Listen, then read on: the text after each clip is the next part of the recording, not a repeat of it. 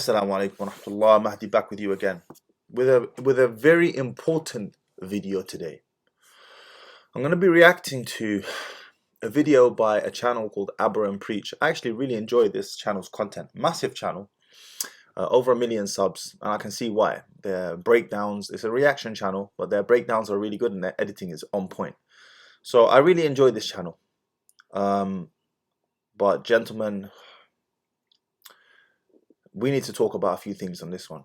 I'm trying to choose my words carefully because before I prepared for this video, I tried to put myself in the other party's shoes. It's very easy to come and be reactive towards people, especially when it comes to affairs of the religion, because the title of the video is "Family Will Disown Me If I Date Someone of a Different Religion or Culture."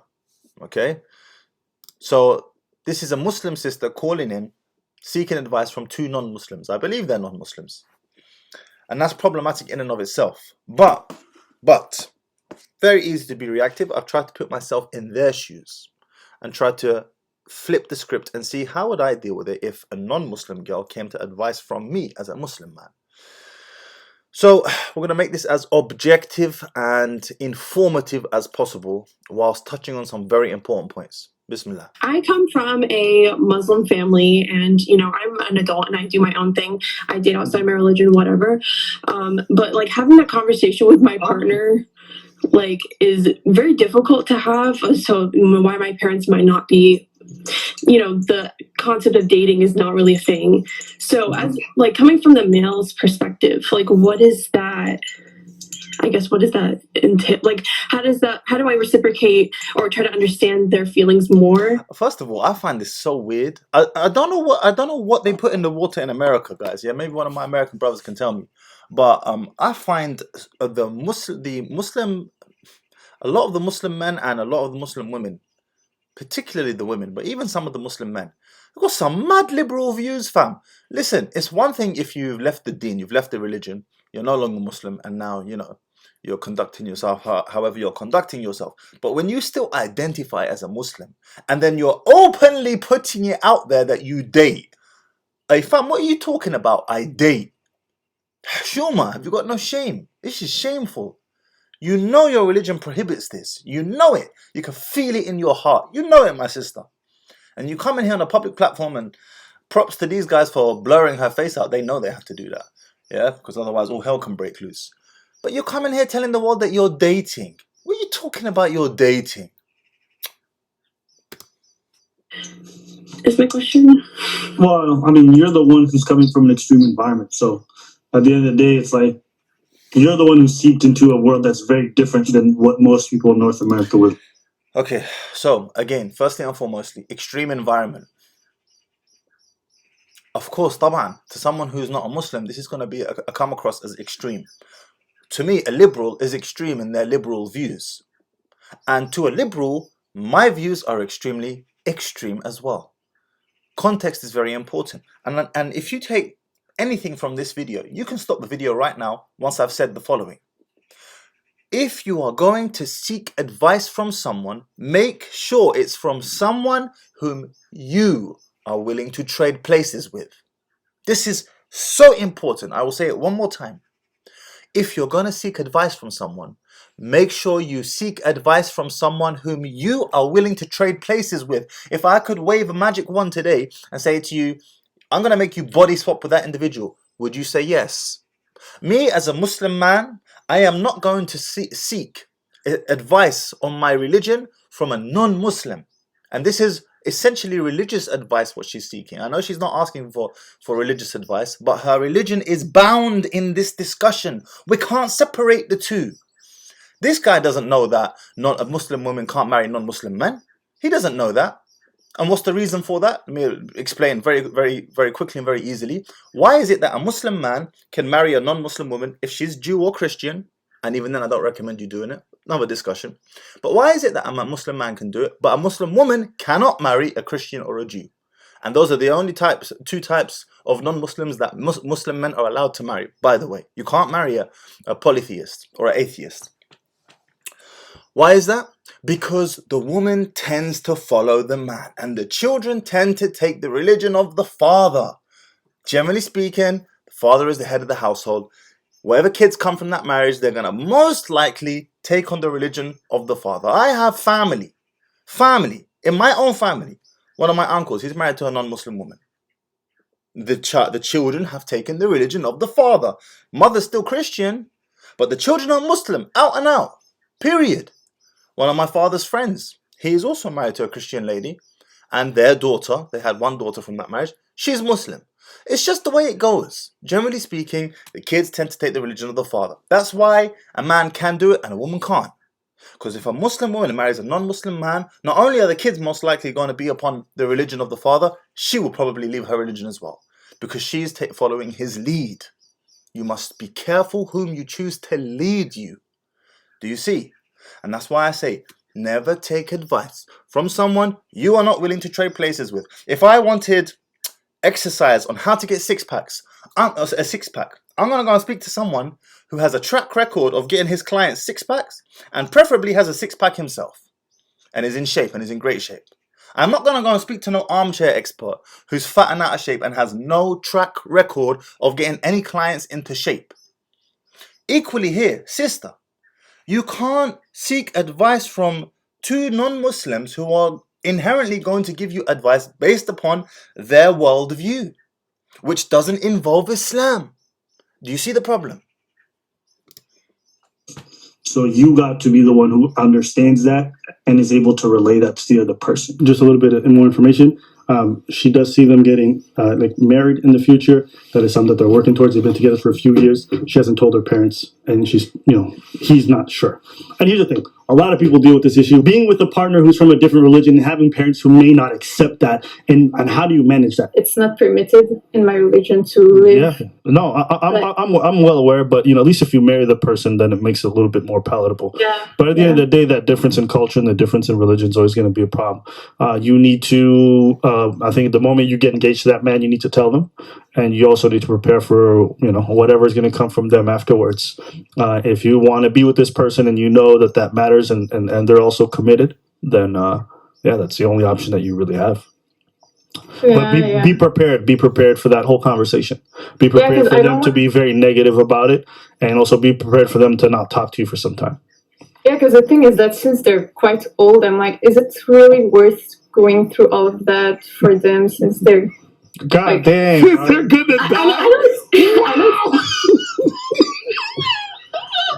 No, but wait. The thing is, it's not coming from a place of... Oh, that was brutal. That was absolutely brutal. I'm about to say something. Give me a sec. What about... Do you have any brothers and sisters? Yeah. What do they know? No. Well, I think they're... Are you going to wait for them to die too? No, actually, I don't really care if my brothers and sisters know. It's your parents. It's your parents, really. It's mostly my parents. My siblings, I don't really care if they know. It really comes down to this. This is how I am. I can't be bothered to live a lie. It's just not in me. I don't care if it's my parents. I don't care if it's my girlfriend. I don't care if it's my best friends. I just can't be bothered to live a lie. It's not my style. You have to ask yourself, do you want to live a life with some measure of integrity, or do you want to go on lying to your parents about who you are forever? Do you want them dying not knowing who you're going to marry? Do you want them dying not knowing who you actually are? Even if it upsets them at all this point, it's like you don't have a real relationship with your parents because you've been lying to them for most of your life. I know it's not the most common way of thinking, but the thing is that I do not choose my parents, so I do not necessarily choose to have the most authentic relationship with them. Since I do not choose them, I don't necessarily... You don't necessarily get along. You choose your friends, so you choose to get along with the friends that you have, but you don't necessarily choose to get along with the parents that you have. So you have to deal with what you're born with. Let me tell you something. You will never know what it's like to be a parent until you become a parent. You will never know how important it is for your children to represent you in a way that you deem to be positive and well until you have children. Now, am I saying that parents are always right? No, they make mistakes. Parents get it wrong sometimes. Hell, I've done things to upset my parents in the past because I truly believed in it. Sometimes maybe I was right. Sometimes maybe I was wrong. Yes, I get it. But let's not cancel out the importance of representing our parents in a positive way. Let's not cancel that out like that don't matter. No, it matters. It absolutely matters. Now, just because you want to represent your parents in a positive way doesn't mean you should take that to extremes. For example, you've become a Muslim now and your parents insist upon you drinking alcohol. Simple example. And if you don't drink alcohol at the family Christmas dinner or whatever it is that you're attending, you're going to embarrass the family. Well, Allah comes first. Obeying Allah subhanahu wa ta'ala comes first. Yeah, a nice easy example for you to digest. But let's not cancel out the importance of representing our parents and our family. It is important. That element of shame is important. Shame has its place. Shame prevents us from stepping out of bounds and doing things that we wouldn't normally do. That's what shame is for. In fact, shout out to Rami al-Khalil, the three Muslims. He mentioned the hadith the other day about shame, and I don't remember it off the top of my head. But it was to do with something the Messenger of Allah sallallahu alaihi wasallam said, that shame is a barrier from transgressing the bounds. Without shame, well then everything goes. So shame is important. Let's not cancel that out like it don't matter. I know we live in this culture like it's all about me. Yeah, it's all about you until you have your kids habibti. Then you will find out what the time is. Yeah. And so what I'm trying to say is that it's not, I don't necessarily think, I think that having the most truthful relationship with your friends and husband, wife, whatever, it's necessary. But your parents, I don't necessarily agree that it's the necessary. I mean, that's up to you. That completely up to you. If you don't value having a real relationship with your parents, then that's your choice. And at that point, I would tell you to keep on lying then. Yeah. Like if you don't think it's important to be honest to your parents or to those who are close to you, then that's your choice, and I respect that. No. We don't respect that. Respectfully, Mr. Preach, we don't respect that. Okay, comes down to the whole subjective truth thing. If you think, then it's okay. If I think, then it's okay, and we can both be right. This is an aversion for responsibility. This is not okay. This is absolutely not okay. Unless your parents are some type of warped, psychopathic, maniacal, I don't remember the word, like just some crazy people, then it's important to have a healthy relationship with your parents. And I will tell you the following. It is all the more important for a girl to have a good, solid relationship with her parents than it is for a guy in the context of marriage. I have lived through this, and you guys all know one of the major red flags when it comes to marrying a girl is a girl who has daddy issues. You know this. So, but at the same time, if this girl marries this guy whom she knows is gonna offend the family because he's not Muslim and she's Muslim, is a blatant transgression of the religion, never mind the family, you are creating a girl with daddy issues. You are creating a girl with daddy issues. That's what you're creating. And I have lived through this firsthand. I have been married for 16, 17 years. At one point, I had 3 wives at once. And one of my wives had a non-existent relationship with her father because of me. Purely because she married me. No other reason. It was unreasonable on his part. He didn't want his daughter to get married again. They come from a very conservative culture. He was like, you've been married before. I don't want you to get married again. It's shameful. You should just stay celibate and single. And of course, this is incorrect. This is not right. Nevertheless, he didn't speak to her for the entirety of our marriage. And let me tell you, that placed a tremendous burden on our marriage. Tremendous. It hurt her. It caused her so much pain that her father rejected her. So much pain. Am I saying her father was right and she shouldn't have married again? No, I'm not saying that.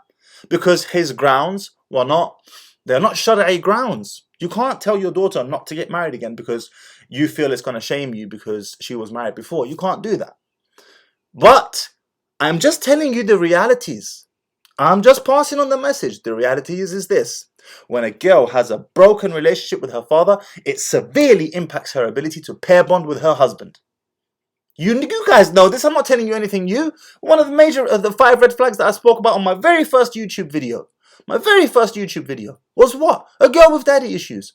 If you tell a girl to get married to a guy who, as a result of that, the family are going to disown her, you are creating a girl with daddy issues. Now, you might say to me, oh, but maybe a few months and years down the line, the parents will come back around. Maybe. Maybe not. You want to take that risk? You want to take that risk? And let me tell you something. If it's this scenario here where the girl is married, a Muslim woman is marrying a non-Muslim man, you're done. Family, finished. Finished. Because this is a major transgression. It's not a minor one. It's a major one. The family actually have grounds, Shari'i grounds, to disown you. They have grounds to disown you. So you can't even justify it in your head, as my wife used to, and as I used to, and my ex-wife, I should say, whereby we can say, well, at least we know that her father's being unreasonable. He doesn't have any Shari'i grounds here to disapprove of his daughter being married. There's no Shari'i grounds for that. So we could at least comfort ourselves with that. And still, the stress was immense. The stress was immense upon her, and as a result, upon me and us and our communion together. You are creating a girl with daddy issues. For me, it's a different thing. So it's just a matter of like what you value, and if you justify, I get it. I'm not gonna look at you like, what do you, for me, it was important to have an honest relationship with my mom, and I think I'm grateful for it because like my relationship with her before was trash. But if you don't care that much, then that's fine. Then just keep doing what you're doing and don't tell. And this is another thing. He keeps relating back to himself, and I don't think he realizes that he's doing it. But Abra and Preach, well known in the manosphere, massive channel. They know about the fallacies of blank slate equalism. What's good for the goose is not necessarily good for the gander. Just because it's okay for this gentleman here, that he might be okay with it, doesn't mean it would be okay for a girl. Men are leaders. A man, as I mentioned, a Muslim man can marry a Christian or a Jew, not the other way around. You see, a man can do that. A man can put up with more pressure and lash back from his, lashing out from his family. It's not ideal, but he can deal with it more. A woman, less so. So it might be good for you as a man. You might be able to deal with it, but I'm telling you, as a woman, it's a lot of pressure. You're signing up for a lot of pressure. A ton of pressure. What's good for the goose is not necessarily good for the gander. We are not blank slate equals. We can tolerate different things. And this is one thing that women notoriously don't tolerate well, which is being ostracized by their family, especially her father. So I want to get your thoughts, Preach. I'm gonna teach you a word in Creole. It's called bosal. Bosal. That's me. I straight don't give a. I do not give a rat's ass. If I decide to marry that person, my parents can't. Nope, you can't say shit. That's me. That's my territory. And my parents are super religious because I could tell them. You see, again, this comes down to cultural nuance now. As Muslims, we want to please our parents as best as possible. If I'm going to get married again, I'm going to present this to my family. Now, when I got married for the second time, my mum wasn't happy. She was not happy. My dad was rooting for me when I took on a second wife. When I say I got married for the second time, I mean I had the first wife and I took on another one at the same time. My mum was not happy, but she wasn't happy for emotional reasons. My father was rooting for me. Nevertheless, I would have been happier if my mum was happy for me. It doesn't mean I stopped. It doesn't mean that I didn't continue with the marriage because she wasn't happy on emotional grounds. Nothing substantial is the point that I'm trying to make. Well, I had a few things actually when I look back on it, but that's a whole other discussion for another time. My point is this, is that you want to consider your family. You want to pay attention to what they think and how they feel. They raised you. They housed you and clothed you and fed you. And then you have the nerve, the audacity to say, I don't give a rat's ass what my parents think. Bun you, rude boy. What are you talking about? That's your family. They clothed you. They raised you. They fed you. They sheltered you. They took care of you. And I think this gentleman even has kids. I don't know. And this is why I say, you don't know what it's like to become a parent until you become a parent. And Allah has raised and elevated the status of the parents in the Quran. وَقُلْ رَبِّ ارْحَمْهُمَا كَمَا رَبَّيَانِي صَغِيرًا. And say, oh Allah, forgive, have mercy upon them because of how they raised me when I was young. Because they raised me when I was young. وَقَضَى رَبُّكَ أَلَّا تَعْبُدُوا إِلَّا إِيَّاهُ وَبِالْوَالِدَيْنِ إِحْسَانًا. And your Lord has decreed, وَقَضَى رَبُّكَ أَلَّا تَعْبُدُوا إِلَّا إِيَّاهُ. And your Lord has decreed not to worship anyone or anything besides Him. Very next part of the verse, the same verse, وَبِالْوَالِدَيْنِ إِحْسَانًا. And to your parents, continuation of the ayah, he has decreed, to your parents to deal with them with ihsan, with goodness, with kindness and mercy. That's how important it is. In another ayah in the Quran, Allah says, Anishkur li wa liwalidayka ilayya al-masir. Give thanks to me and to your parents. To me is the return. What's the significance of this ayah? Once again, Allah spoke about thanking Him and then thanking the parents in the same sentence, in the same verse, emphasizing the importance of the parents, the weight of the parents. Anishkur li wa liwalidayka ilayya al-masir. This is not a small matter. So yes, it matters. And this is why I say, be careful who you take advice from. Be careful. Do not seek advice from anyone except someone whom you are willing to trade places with.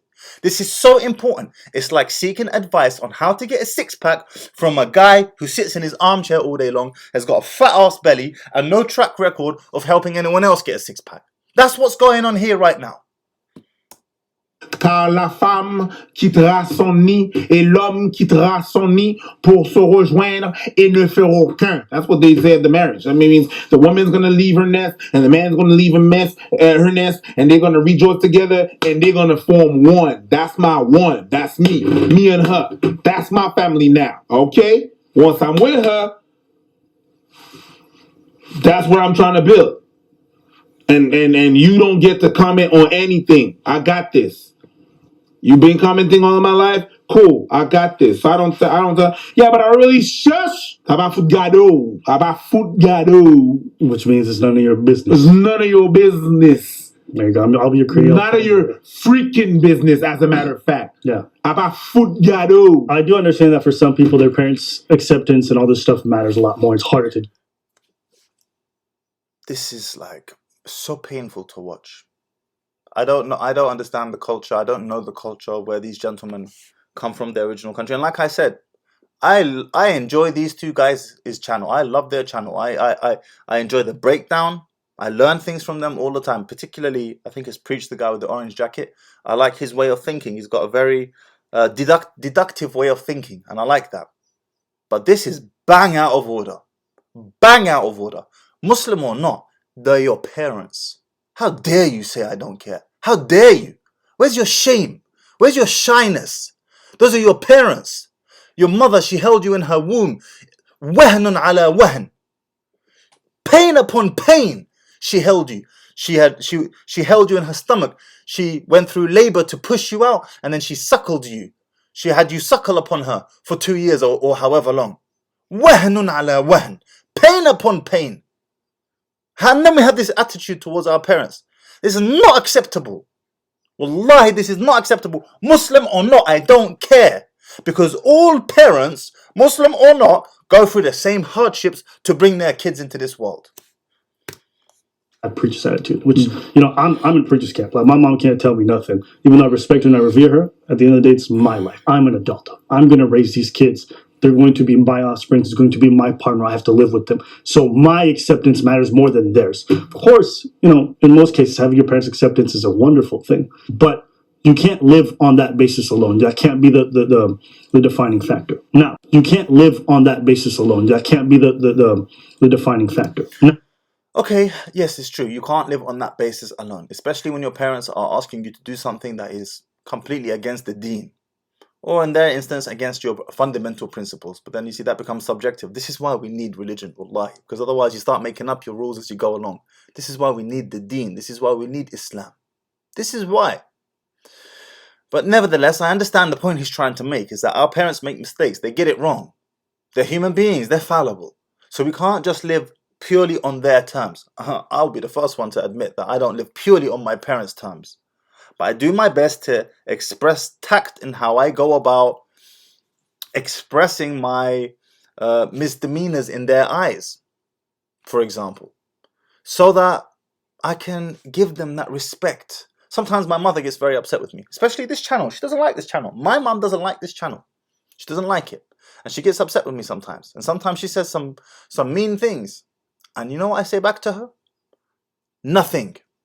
Silence. Silence. Silencio. Nothing at all. Why? Because she's my mother. She can get upset with me. She can cuss me. No problem. She's my mother. Silence. Shut your mouth. Don't talk. She's the one who held me, who pushed me out, who suckled me for 2 years. Silence. Zip it. Zip it. Now, as I said, women are emotional. My mum gets emotional sometimes. My mum in particular. She can be emotional, and I have to deal with her in a tactful way, but not in a haughty, arrogant way. Who cares? None of your business. Rat sauce. None of that. None of that. If you live in their home, you need to move out. Because if you live under someone else's roof, you have to play by their rules. That's how it be. So if you're talking about, I want to do with this, I want to do that, but they still paying your bills, well, you haven't earned the right to demand those rights, right? Because you haven't. See, again, this is good advice for a young man, but this is awful advice for a young woman. I've told my girls, you move out when you get married. Period. That's it. Boys, they can move out whenever they want. Girls, you move out when you get married. Is it a double standard? Yes, deal with it. We're different. Why? Because that's how it has to be. Girls need to be protected, oftentimes from themselves. Girls, you are the prey. Ladies, understand this. You are our prey. We hunt you. You don't hunt us. We hunt you. That's why you need to be protected. Boys, this is good advice for boys. But for girls, this is terrible advice. So for a Muslim girl watching, Muslim or not Muslim, doesn't even matter. If you want to preserve your chastity, if you want to protect yourself, safeguard yourself, stay at home with your parents, even if they're difficult. Unless, it's an extreme environment. But for the most part, we don't live in extreme environments. Most people live in pretty average households where we have our average problems, and that's the way it is. That's the way it is. We blow them out of proportion in our minds, but the truth is, you're experiencing average problems. Girls, stay at home until they get married.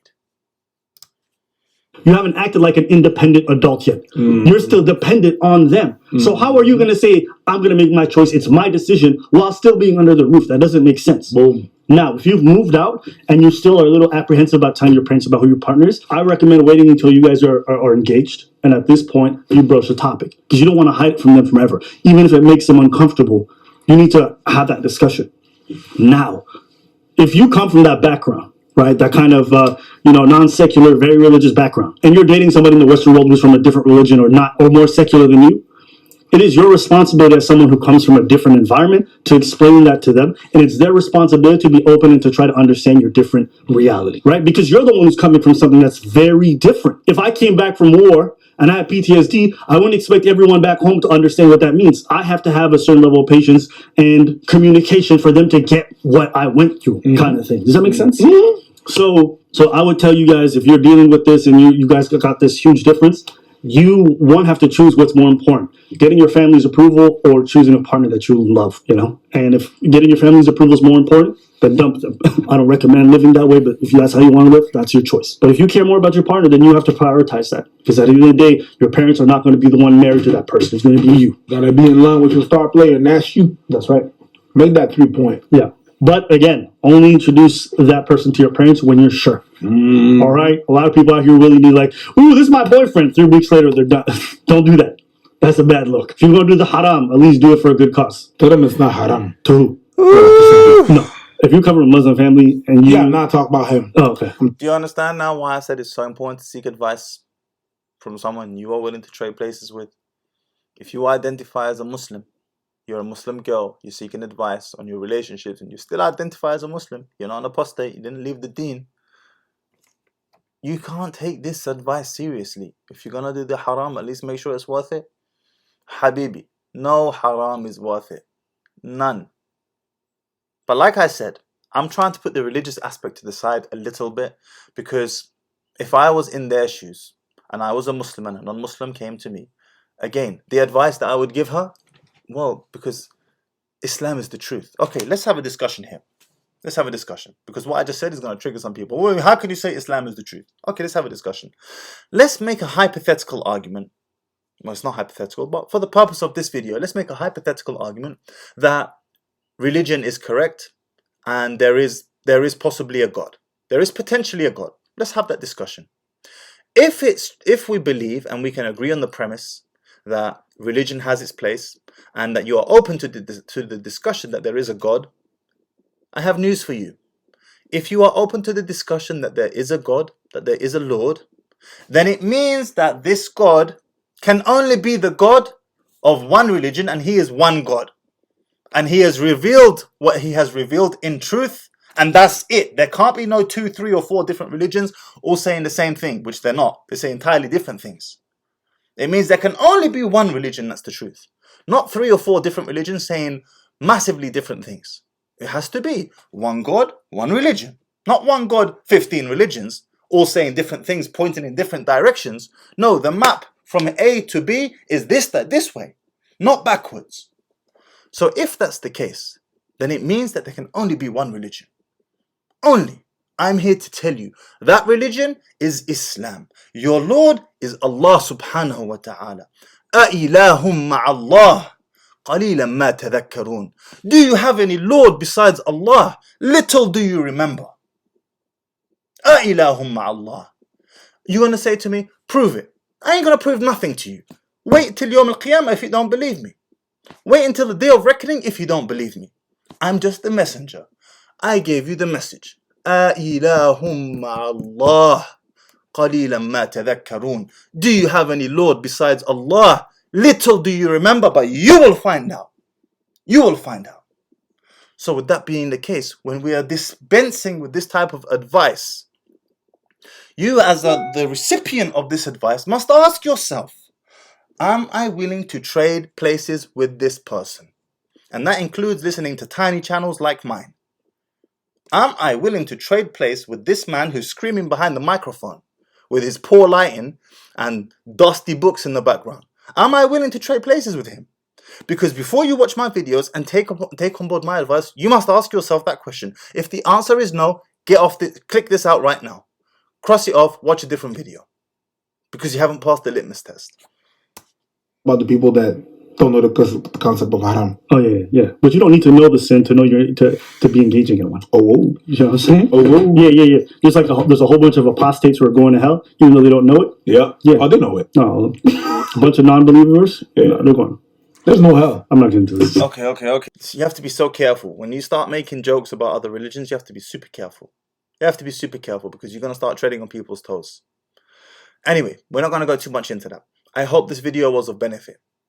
I hope I articulated myself in a way that was as unemotional as possible, although I can't help it. I'm emotional for my religion. I'm certainly emotional and protective over my Muslim sisters. Nevertheless, I hope I articulated myself in a way that was as beneficial as possible. If you want to go on a deep dive with me, gentlemen, on Patreon, I have a men's community on Patreon. Hit the link in the description, and I go into discussions in much more detail and in much more grimier detail for that matter. Much grimier. And we have a Blood Brothers Zoom call at the end of each month just to see how you're all getting on, touch base, share advice, and so on and so forth. Hit the like, hit the subscribe, share this with someone who could benefit from this. And I'll catch you guys on the next one. Assalamu alaikum wa rahmatullahi wa barakatuh.